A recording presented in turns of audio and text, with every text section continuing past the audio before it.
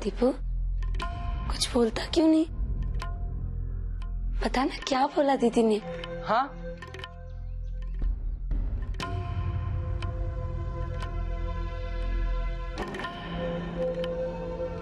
हाँ, मिला ना ज्योति दीदी से, उन्होंने लड्डू भी खाए,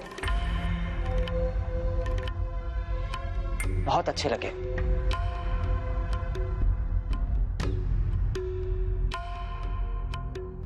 बहुत खुश थी वो। झूठ बोल रही है।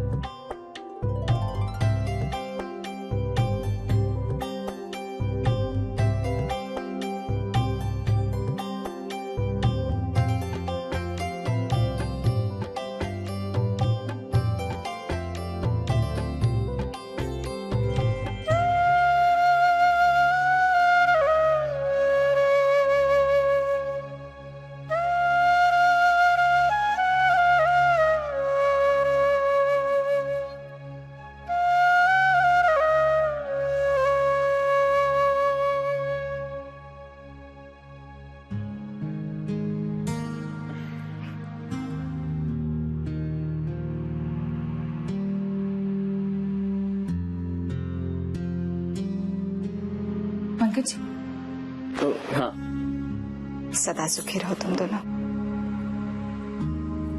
तुम्हें कैसे मालूम कि वो माँ हूं मैं इसकी। चेहरा देखकर बता सकती हूँ कि कब ये सच बोल रहा है और कब ये झूठ।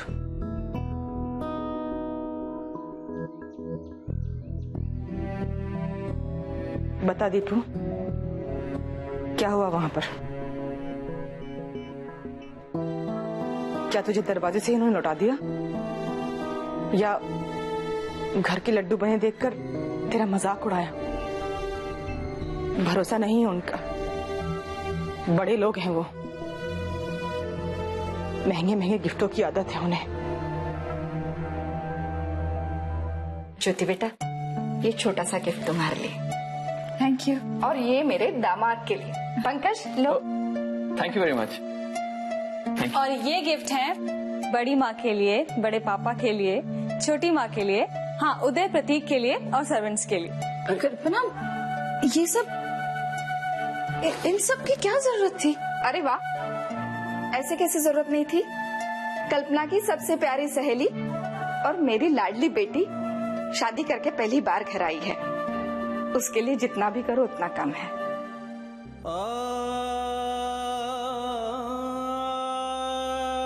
हम तेरे लिए कुछ ज्यादा तो नहीं कर पाए बेटा, एक छोटी सी भेंट है। थैंक यू पापा।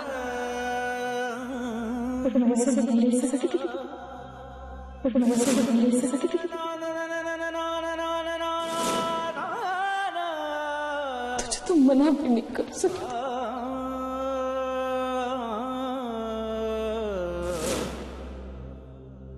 बताइए, थारे लिए है।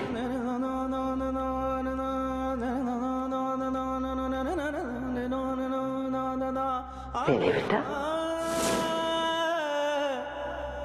अगर पग फेरों की रस्म के लिए मैं घर आऊंगी तो तुझे अपनी ऑफिस से एडवांस पैसे लेने पड़ेंगे,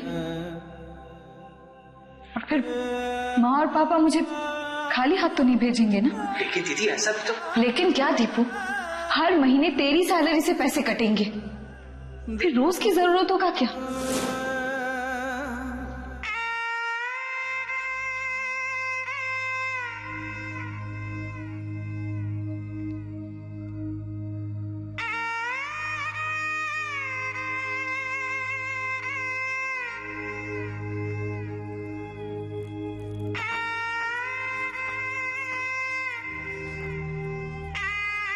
अब मैं समझ सकती हूँ कल्पना,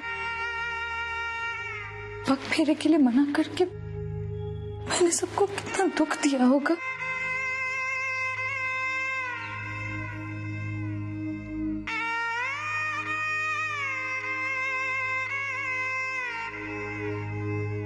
अरे बताता क्यों नहीं वहां क्या हुआ है? कितनी बातें सुनाकर तेरे मुंह पे दरवाजा बंद किया उन्होंने। बोल। दीपू तुझे मेरी कसम है, सच सच बता क्या हुआ ज्योति के घर में? हंसी उड़ाई तुम लोगों ने, तेरी लड्डू उठाकर फेंक दिया, ताने मारे। बोल, सोच क्या रहा दीपू? बोल, जवाब दे मेरी बात का। क्या कहा ज्योति ने? बोल दे। पापा वो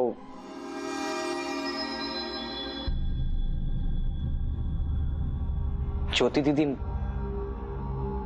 मिली ही नहीं।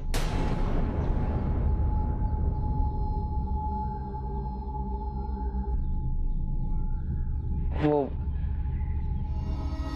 कल्पना दीदी के घर गई हुई है,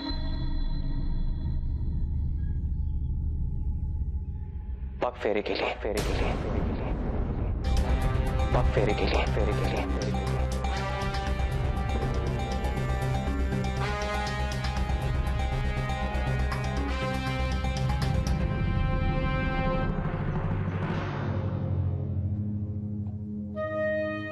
चलो अच्छा है, कोई तो है जो मेरी ज्योति के लिए रस्में पूरी कर रहा है। कोई तो है मतलब? क्या हमने उसे पग फेरे के लिए नहीं बुलाया? उसने खुद मना किया। आप तो ऐसे ताना दे रहे हैं जैसे इस घर में कोई चाहता ही नहीं था कि वो पग फेरे के लिए यहां पर आए।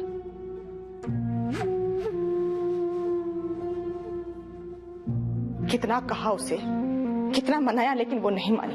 क्यों मानेगी? अमीर आदमी की बीवी जो है, यहां क्या मिलेगा उसको इस कंगाल घर में? कल्पना की बात मानकर उसकी मां के घर चली गई। कल्पना और उसकी मां हमसे ज्यादा हैसियत रखते हैं, हमसे ज्यादा औकात है उनकी, ज्यादा खातिरदारी होगी उसकी वहां पर। यहां क्या मिलेगा? एक चाय और पकौड़े। अब तो लगता है इस घर का सादा खाना भी ज्योति के गले से नीचे नहीं उतरेगा। देख लेना, किसी दिन सड़क पर ससुराल वालों के साथ मिल गई तो हमसे बात करने में भी उसे शर्म आएगी। क्यों नहीं? बड़े घर की बहू जो है, गरीब मायके की याद क्यों आएगी उसे? अब बस मां, अरे बस भी कीजिए ना।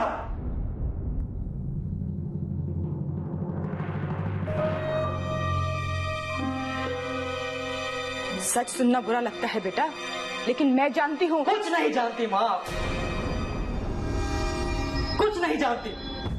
अरे इसलिए तो आप ये सब कह रही हैं।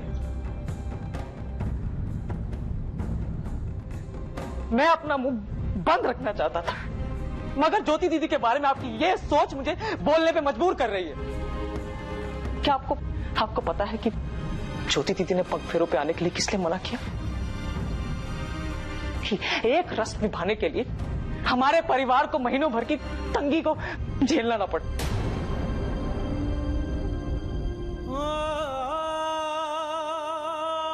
जीजा जी और दीदी घर आते हमें कितने सारे पकवान बनाने पड़ते, उन्हें और उनके ससुराल वालों के लिए महंगे महंगे गिफ्ट खरीदने पड़ते। वो नहीं चाहती थी कि हमारे परिवार पे इतना सारा खर्चे का बोझ आ जाए। माँ,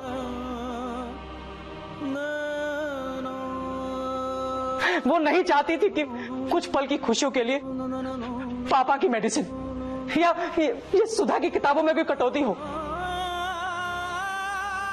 वो नहीं चाहती थी कि मैं ऑफिस से जाके लोन उठाऊं और आने वाले 6 महीनों तक अपनी सैलरी से कटवाता रहूं।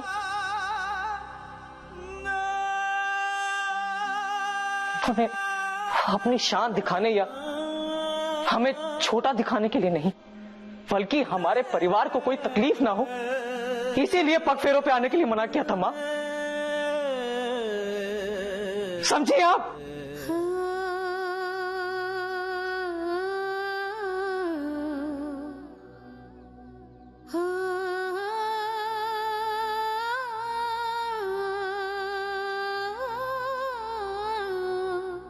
सुन लिया?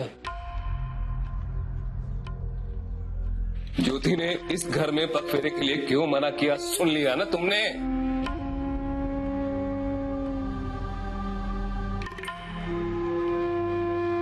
लेकिन सिर्फ सुन लेने से भी क्या होगा, समझ में तो तुम्हारी आएगा नहीं। पता नहीं कब समझोगी तुम पद्मा, पता नहीं कब।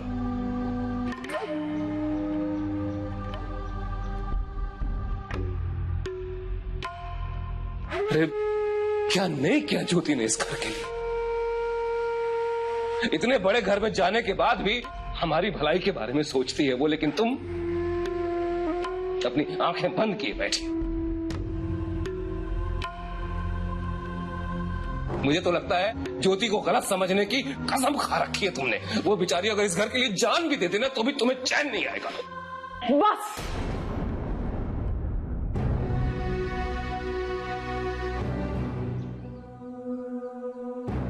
बस कर कमल, बस कर और चुप हो जा। अकेले पद्मा को कोसने की कोई जरूरत नहीं है। अरे ज्योति की वजह से मारे को भी शक हो गया था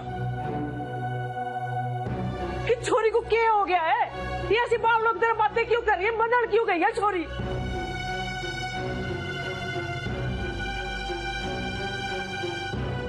चल पद्मा, चल बेटा अंदर चल। चल चल चल अंदर चल।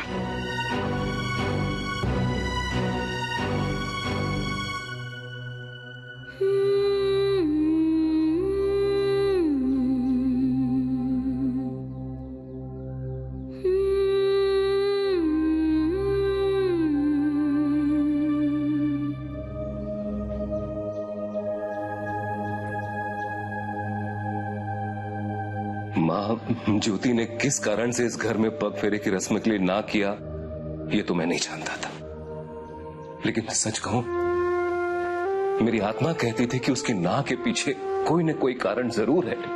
देख लो, है ना।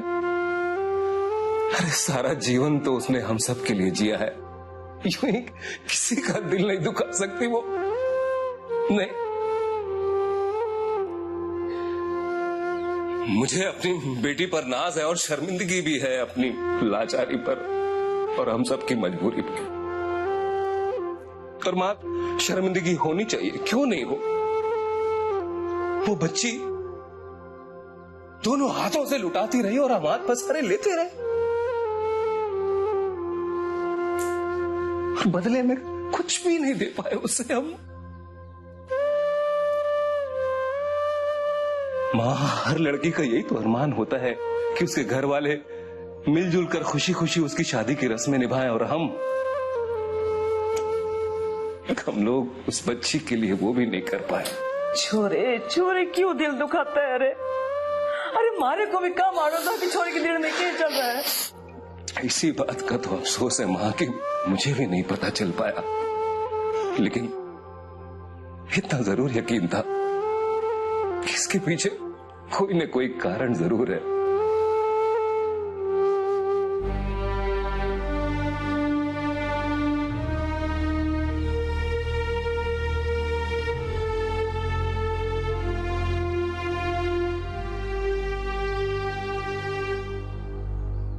आई डोंट नो क्या कारण हो सकता है।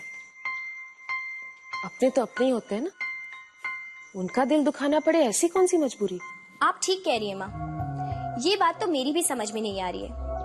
पहले तो भाभी ने अपनी ही शादी में अपनी फैमिली को इनवाइट नहीं किया, फिर पग फेरे की रस्म में भी जाने से मना कर दिया, और अब उसी रस्म में अपने फ्रेंड के घर चली गई भाभी।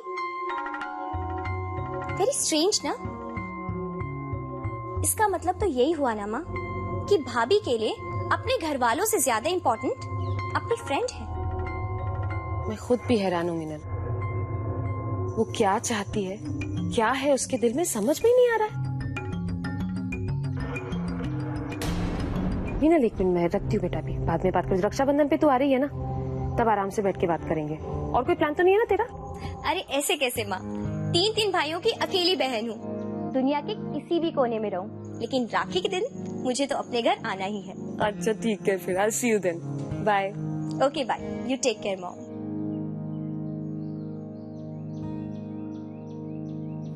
सो कैसा रहा? ठीक से हो गया सब कुछ?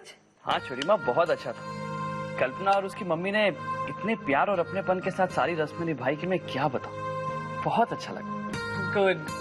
अच्छा ज्योति, तुम्हारा भाई आया था। संदीप आया था? हाँ, तुम्हारे लिए कुछ छोड़ के गया, मैंने रखा है डाइनिंग टेबल पे। मैं उसे कहा भी कि थोड़ी देर बैठ जाओ, चाय वाय पियो, ज्योति आ जाएगी तब तक, लेकिन वो जल्दी में था, ऑफिस जाना था ना उसे, इसलिए।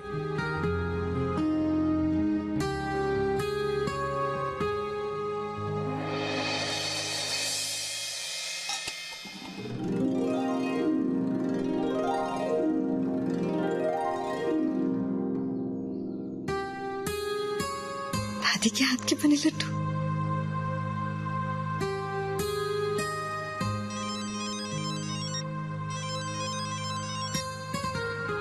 हेलो। हेलो दीपू, तू यहाँ आया था?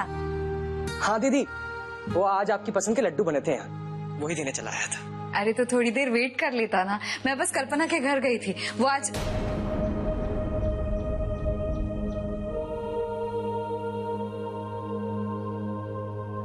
मैं जानता हूँ ना दीदी, आप पग फेरे के लिए गए थे उनके यहाँ। दीदी मुझे ये जानकर इतनी खुशी हुई कि मैं आपको बता नहीं सकता। अरे किसी ने भी की, लेकिन रस्म तो पूरी हुई ना। दीपू, ये बात घर पर प्लीज किसी को बताना मत, बहुत दुख होगा सबको, प्लीज। दीदी वो दरअसल। दीपू, ज्योति का फोन है? हाँ। मुझे दे। मुझे बात करनी है उससे।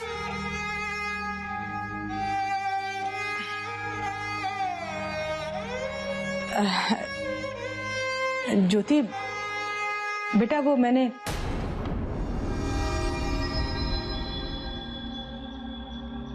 अब तेरी दादी ने जो लड्डू तुझे भेजे थे मिल गए तुझे?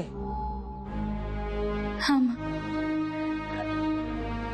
हमें पता लगा कि तू कल्पना के घर गई है पग फेरे के लिए।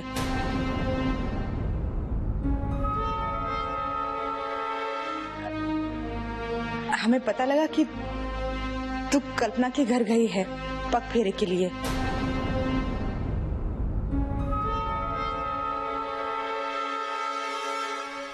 मुझे ये भी पता लगा कि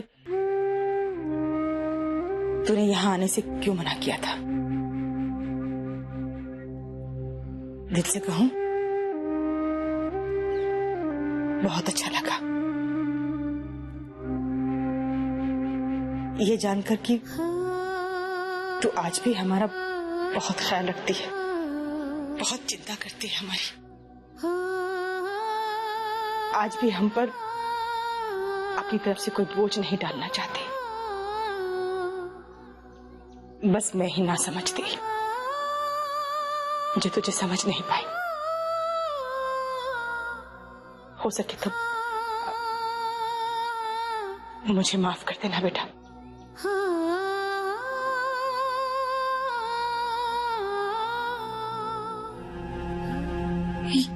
ये आप क्या कर रही है माँ?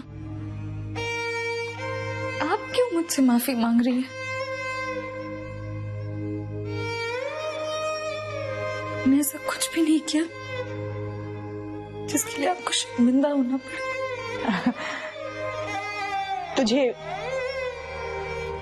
तुझे गलत समझने की भूल तो हुई है ना बेटा। तूने जो भी किया, जो भी फैसला किया, वो बिल्कुल सही था। मुझे तुझसे अब कोई शिकायत नहीं, पर तेरे पापा की चिंता जरूर है मुझे। क्या हुआ पापा को? उन्हें बहुत बुरा लग रहा है बेटा कि वो अपनी बेटी के लिए पगफेरे की छोटी सी रस्म भी निभाने के लायक नहीं है। देख ज्योति, मैं तुझसे विनती करती हूँ, अपने पापा के लिए सही हाँ कह दे। कुछ और तो तेरे लिए कर नहीं सके, कम से कम पग फेरे की रस्म का ही मौका देते। देख, मैं वादा करती हूँ तुझसे, कोई फिजूल खर्ची नहीं होगी। बिल्कुल अपनी हैसियत के मुताबिक करेंगे हम। लेकिन माँ, अपने पापा की खातिर ज्योति, नहीं तो वो सारी उम्र अपने आप को कोसते रहेंगे कि अपनी लाडली बेटी के लिए छोटा सा फर्ज भी नहीं निभा पाए। हर मैं तुझसे कह रही हूँ ना, सारी रस्में बिल्कुल सीधी साधे ढंग से पूरी होंगी, किसी चीज के लिए कर्जा नहीं लिया जाएगा। तो बस मान जा बेटा, लाचारी के दुख में जलने से बचा ले अपने पापा को, नहीं तो वो अपने आप को इतना छोटा महसूस करेंगे कि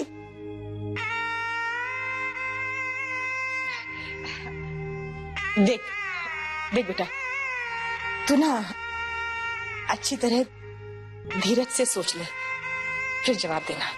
हाँ बेटा? आई एम सॉरी माँ। हाँ कहते हुए मैंने बस यही सोचा था कि आप पर कोई एक्स्ट्रा खर्चा ना आए, लेकिन आप सबके मन में दबे अरमान, प्यार, इच्छाओं को नहीं देख पाई मैं। एक परिवार के माँ बाप के सपनों का ख्याल नहीं आया मेरे मन में। आऊंगी मैं, पग फेरे के लिए जरूर आऊंगी।